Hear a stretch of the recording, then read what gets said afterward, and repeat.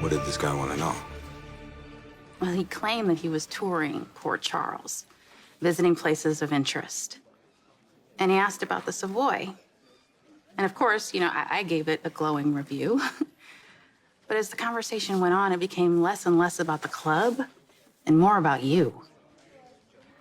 So it struck me that this man fits the general description of TJ's patient that disappeared. So the same guy approached both you and TJ, asking questions about me. I never saw TJ's patient. I can't be certain if it was the same man. But did you get a bad vibe from him? He was perfectly pleasant. But there was something about him that did seem just off. I don't know. Maybe I'm making too big a deal out of this. No. Trust your instincts. People often get a bad feeling about someone presenting as ordinary and then tries to ultimately harm them. It'd be a mistake to ignore that feeling. Well, in that case, I was walking outside Kelly's, and I thought I heard footsteps behind me. No one was there.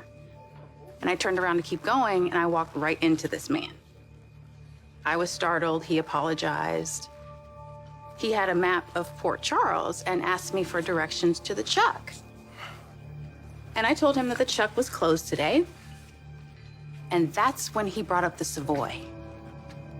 See, I mentioned that I knew the owner, and he was all over it. He claimed that he read somewhere that you had never owned a club before. Where would he get that? Exactly. I don't remember reading that in any promotional materials I read. And I asked him about his interest in you, but he just brushed it off and claimed he was a people person, liked to talk to anybody. It seemed reasonable enough, so I excused myself and I left. But in retrospect, maybe it wasn't so innocent. I agree. What are the odds that two men, same age, same description, would approach two very important people in my life, asking questions about me? Could this mystery man, if it is the same man, be someone that you investigated when you were a cop? Someone that you put away? If so, why come looking for me now? I'm sorry.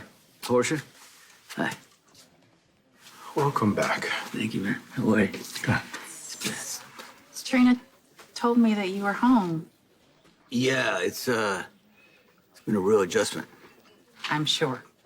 And I heard Jocelyn told me that she's doing great in PCU.